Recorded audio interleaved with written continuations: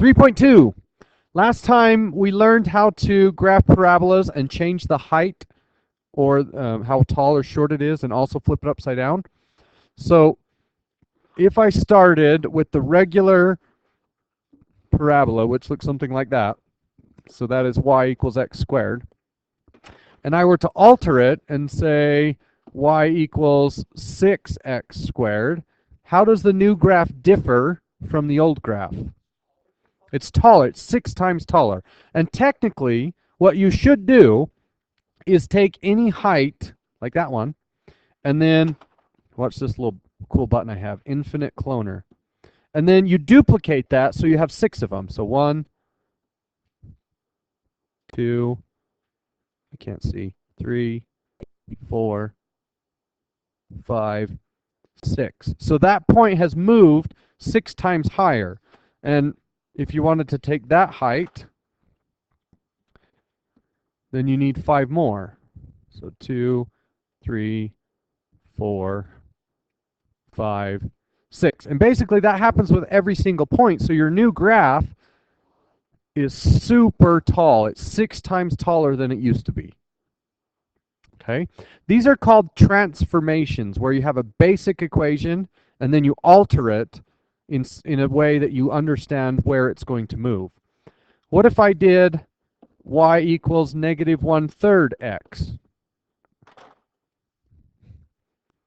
How do you graph that one? Flip it upside down because it's negative. 3 times shorter, good. And some people call it skinnier and wider, but that's not really what's happening. It's really getting stretched vertically or compressed vertically. So to graph 1/3, you take any piece, so like that point there, and then you just break that into 3 pieces, and this is the one you're going to use. But it gets flipped upside down, so it would be right there. So we could take this piece and break it into 3 pieces and flip it upside down, and it would be there. And this one, we break it into 3 pieces and flip it upside down, and it would be there.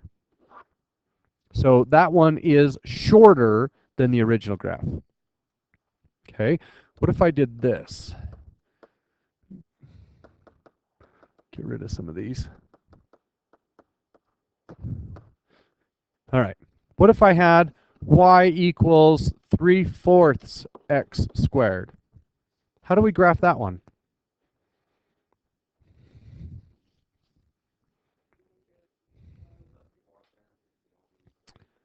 Right. You take any height, you break it into 4 pieces, and you only use 3 of them. So this height right here, we could break it into 4ths. Wait, we could, but apparently I don't know how. There we go. Holy cow. Let me try again. There we go. And then you use 3 of those 4 pieces. I know. I psyched myself out. So this one, we break it into 4 pieces, and we use that.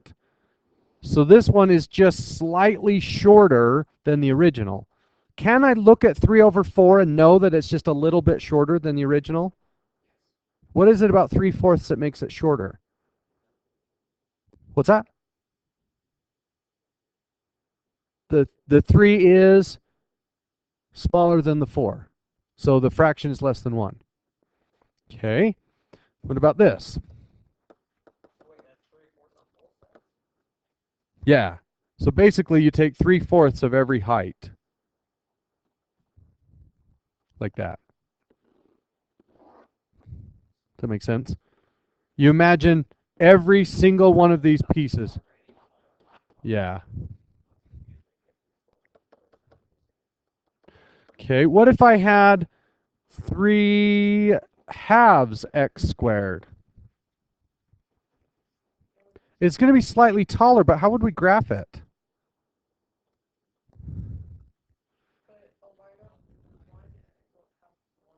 Good. Yeah. You're basically going to do 1/2 of everything. So we're going to cut that one in 2 pieces, and then I'm going to use an extra piece. So I have 1, 2, 3 pieces. So I take the height that I have, and then I go half of that height. And we'll end up with a graph that is a little bit taller than the original. Okay? So today, in 3.2, we're going to do that same basic thing, but then we're going to add on to the end. Oh boy, I'm just going to start over. So this is y equals x squared, and I'm going to show you the table that we did yesterday, -3, -2, -1, 0, 1, 2, and 3. And the points are 9, 6, nope, 9, 4, 1, 0, 1, 4, 9. Right, those are these points.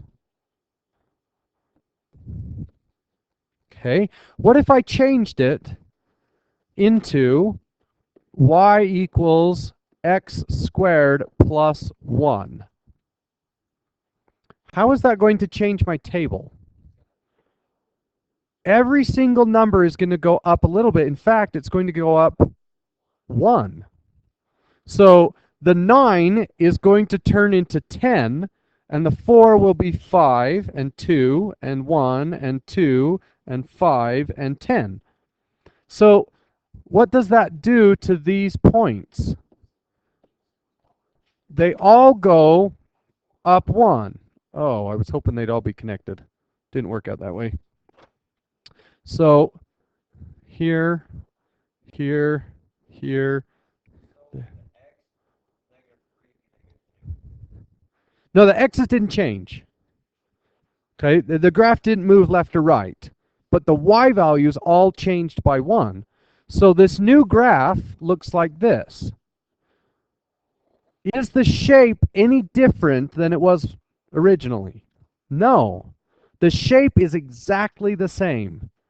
The only difference is where it's located. We just added 1 to everything. Okay. What if I did y equals x squared minus 5? So we basically take every single one of these points, and we go down 1, 2, 3, 4, 5. The shape is identical. Okay, this is called a translation. A translation is where you just shift from one place to the other without altering its shape. The stuff we were doing yesterday is called a dilation, where it changes the shape of the graph. So we're going to put those two things together. What if I had y equals -2 x squared plus 3?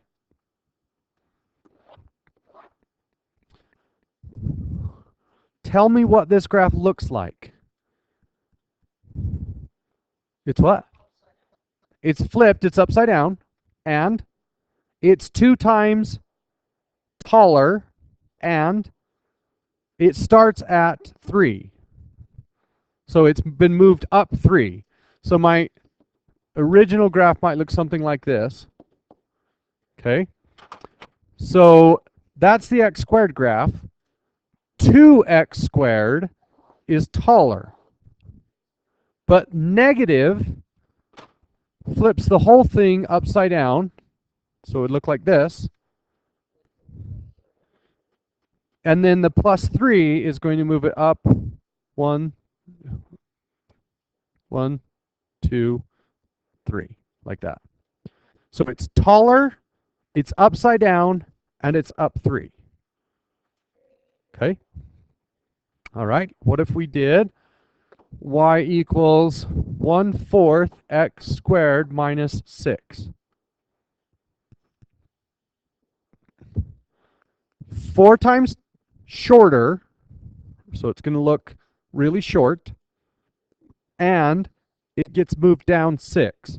So I'm going to do a really short graph, and then I go down 6, like that. So in your assignment today, it says graph, and then compare to the graph of x squared. So draw the graph, and you'll just say, the blue one is 2 times taller, upside down, up 3. You just have to write that out. Okay? And then for this one, you would graph it, and you would say 4 times shorter and down 6. That's the direction, and that's the way that the graph ended up moving. Okay.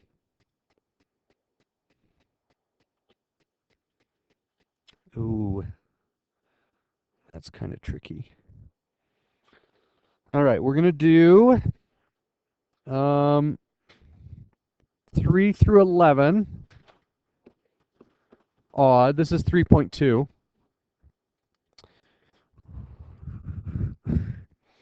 Okay. And then on the next set, you're going to draw the graph and you're going to figure out where it hits the x-axis. Well, I guess you don't need to find the graph. What if I had x squared minus 100?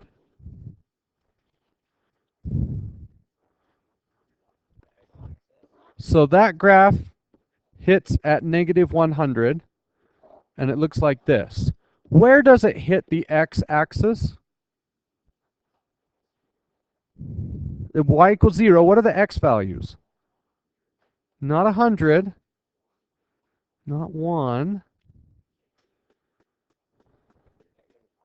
Well, let's think, what numbers can I plug in and get 0?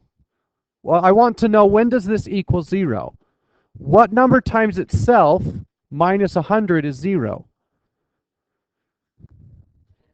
Now, 50 times 50 is like 2,500. 10. Or, oh, sorry, I didn't hear you. Either that or I just ignore you. I don't know. So, what number times itself minus 100 is 0? The answers are 10 or negative 10. And you can see that, right? These are the same distance from the y-axis. Okay, let's do another one. If I had x squared minus 25, that's going to be 5 and negative 5, right? What if I had negative x squared plus 81? So let's draw that graph. What does it look like? Upside down, and it hits at positive 81. Where does that hit the x-axis? 9 and negative 9. Because 9 squared is 81. So 9 squared is 81, and then make it negative, and then add it to 81, and you'll get 0. Okay, now here's a harder one. 4x squared minus 9. What does that look like? 4 times taller and down 9. So we're down here at 9, and it's a pretty steep graph. Where does that hit? And it doesn't actually work that way, because 4 times 3 squared is 36. And 36 minus 9 is not 0.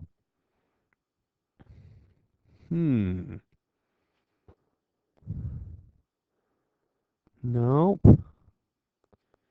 Okay. Remember when we factored these? 2x times 2x and 3 times 3? It's 2x minus 3 and 2x plus 3. Nope. Then you write equals 0 on both of those. And you get, not 2/3, other way, 3/2, right. And then the other one would be negative, right. So 3/2 and negative 3/2. So you also need to do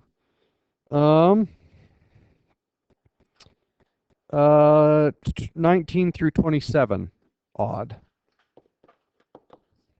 On the same assignment, yep. Yeah, 3 through 11 and 19 through 27. Hey, get to work. Want to be